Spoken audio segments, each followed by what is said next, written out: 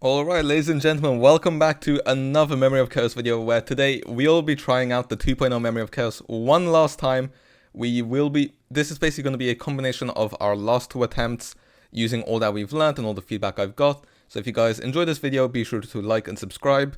Now, after this video, we will be trying out the 2.1 Memory of Chaos after Akron releases, and we will be trying Akron out in those.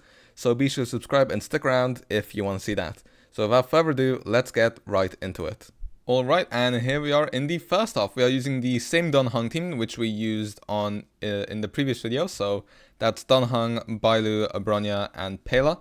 And basically the whole point of this team and the way it works is that we are running a fast Dan Heng so that we can do a basic attack into a Bronya skill into a Dan Heng fully enhanced charge attack with 3 skill points. So there you go, literally that's the game plan. With no defense shred, we did only hit 74k, but when we get defense shred on the enemies and just get our Dan Heng going, we should be able to hit upwards of 100k. Now, my Dan Heng isn't the best build, but you know, he gets the job done most of the time. The thing is, we're aiming for 26 cycles on this half, which, I mean, is doable, and unfortunately our Dan Heng does get hit by the big guy's annoying mechanic, whatever it's called. I always forget. Dan Heng's in prison, but it's fine because our Bronya has cleanse, which is why I really like her on this half, just because she can help mitigate some element of RNG. Obviously, if we add like a Luocha or a Fu Xuan or a Huahua, then we would have better chances of surviving. Now, I would rather my Dan Heng not die right in this situation. See, obviously, Bailu does have her revive, so we can deal with some death, but you know, it would be ideal if we didn't have to burn up our second chance so early on. Now, luckily, that guy is out of his enhanced state, which, in my opinion, is when he becomes one of the most annoying enemies in the entire game. So let's make sure we deal with him here. Let's see how much damage we do. We do have some buffs up on our Dan Heng, and yeah, we hit 122k there, which is, you know, pretty decent damage. And they do have a bit more defense shed on them now, and okay, our Dan Heng survives, although unfortunately our Bailu doesn't have her ult up, but there we go, now we can use it once again. And we just need to make sure that we kill these guys in at approximately the same time, just so that, you know, a little bit of optimization there. And then once again, obviously, normal attack on our Dan Heng. And actually, did I need to ult there? I think I already had defense on them. Oh well, it is what it is. That's annoying. Anyway, we can just fully buff up our Dan Heng here and now just go into his ult, because, I mean, in my appearance, his enhanced skill does more than his ult, so what I'd rather do is I'd rather use his ult, get the 6 extra damage stacks which he gets, and then, well, free from his ult, and then just kill them, and here we do 185k, so yeah, big damage, luckily. Now, I think, okay, he won't die here, unfortunately. I feel like if we got a bit luckier, we could have cleared this ever so slightly faster. And yeah, he doesn't die there, which is a shame, but yeah, this could have been like a clear which is 1 cycle faster, but you know, it's just the minor things there which really annoy us. So, I mean, if we were to try this again, we could probably get slightly faster. Now, we are missing 1 skill point here, which is not ideal, but you know, I think I skill her anyway just to make sure we don't mess up the turn order, because whilst it is nice for Bronya to have her enhanced forward on her normal attack, I'd rather not mess up the skill order. I think what I'm going to do is I'm going to go for a 1 times enhanced charge attack just for some extra damage, although it will consume a skill point, but we should have enough here anyway, so it shouldn't be anything major.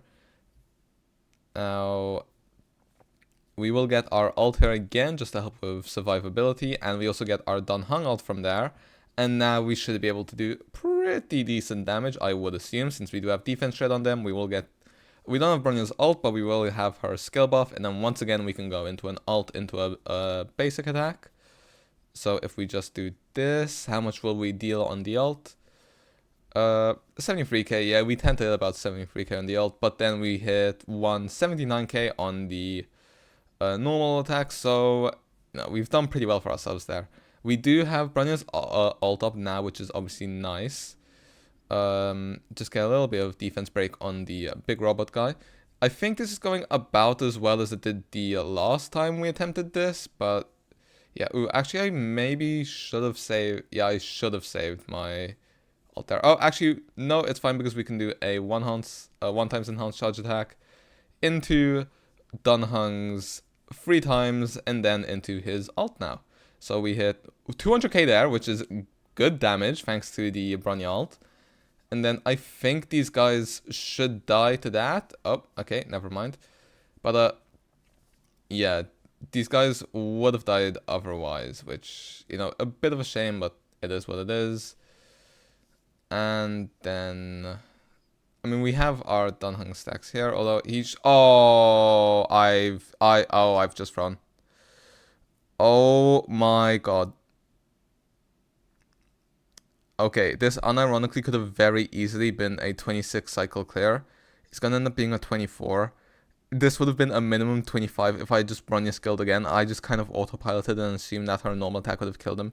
And what happened there was I accidentally did a 1 times charge attack instead of a 2 times charge attack, which is what I meant to do, and then I could use Bronya's skill just in case. But yeah, I forgot. So I can't lie, this might end up costing us. I mean, anyway, as you can... Okay, I've just got to pretend that never happened. As you can see, we are using a Dr. Ratio team here. We are playing him with Tingyun, which is feedback I got from my first video doing this, which had great support, which is why I've been trying so many Memory of Chaos videos, just because you guys seem to be enjoying them, since that last one's pretty successful. Now we are using Tingyun, Silverwolf, and Japad. Now, obviously, you would rather... actually, no. I don't... I'm sorry, I'm still flabbergasted by that last thing which happened. Anyway, we should be able to kill this big guy before he can use any of his abilities to, you know, get his health back, because he is fairly far down in the turn cycle, and we should be able to kill him with a skill and follow-up attack, which means that I can probably just use my Silverwolf ult here on the four-legged guy or whatever. And there we go. We do get Ice Weakness instead of Quantum, which is slightly unfortunate. I would have preferred Quantum just because, you know, if we were to get our Silverwolf ult, once again, it would do more break, but oh well. Now, the right side here is that this guy has a lot of debuffs on him. Unfortunately, we don't get Japad's shield there. Now, the thing is, if we don't clear in about 18 cycles, I believe, because I do feel like we could clear the first half in 26, so we'd have 6 remaining cycles here. The problem is that if we clear it in about 17-ish, or obviously if we die, then I don't think this run is very doable. So what we'll do instead is, this is our last try of the 2.0 Memory of Chaos. And then what we're going to try is we're going to try the 2.1 Memory of Chaos instead. And by then, we will have the one and only Acheron. So we will be trying this next with Acheron. We do only have 3 cycles here to clear, unfortunately, because we have the remainder of the 21st. Sorry, the remainder of the 22nd, the 21st, and then the 20th. So yeah, if we can't get anything big here done, what we will do is we will wait until we get Acheron and maybe Luocha, because obviously when I am pulling is I will be going for Acheron first. If we win a 50-50, we'll be able to try the 50-50 on Luocha, and if we fail, we're probably going to end up getting Aventurine instead of Luocha. That's kind of the way it's looking right now. Now, I don't know if Aventurine's better than Fushuen, if I'm being honest. I don't know if I'd rather Aventurine or Fushuen, honestly, if I'm being completely honest, but we'll just have to see when they come out. But yeah, anyway, when it comes to this run right now, I mean, our damage is okay. It's nothing incredible, although our Doctor Ratio will get taken here. So although we do have 7 stacks on the Abyss buff, and yeah, okay, it's done a pretty good job of clearing this guy's countdown or whatever, so we will be able to break our Doctor Ratio free, although that was a slight oversight on my part in the first place, although we should be able to do pretty big damage here, all things considered. I mean, if I go for a skill there into Doctor Ratio ult, into Silverwolf ult, and then buff ourselves up once again and get some more energy back from the Tingyun ult, we should... I mean, look, we have a lot of debuffs on this guy right now, and we do only have 47k on a follow-up attack, unfortunately. But thanks to the Dance on Stance icon, we will be able to get our orders back, and then since we have so many extra skill points, we can just skill on Japart for a bit extra energy just to make sure we don't die. Now, I can't lie, at this rate, I would rather a Dr. Ratio get taken once again so that, you know, we can get the HP back on him, but yeah, I mean, we have one cycle here left to clear, so we're not going to be able to do it. Like I said, we honestly should have one extra cycle here, but I really messed up the final thing there. So, I mean, if we had just gone a bit luckier last round, we really could have cleared in 26 cycles. And I actually think if we get 26, we can probably...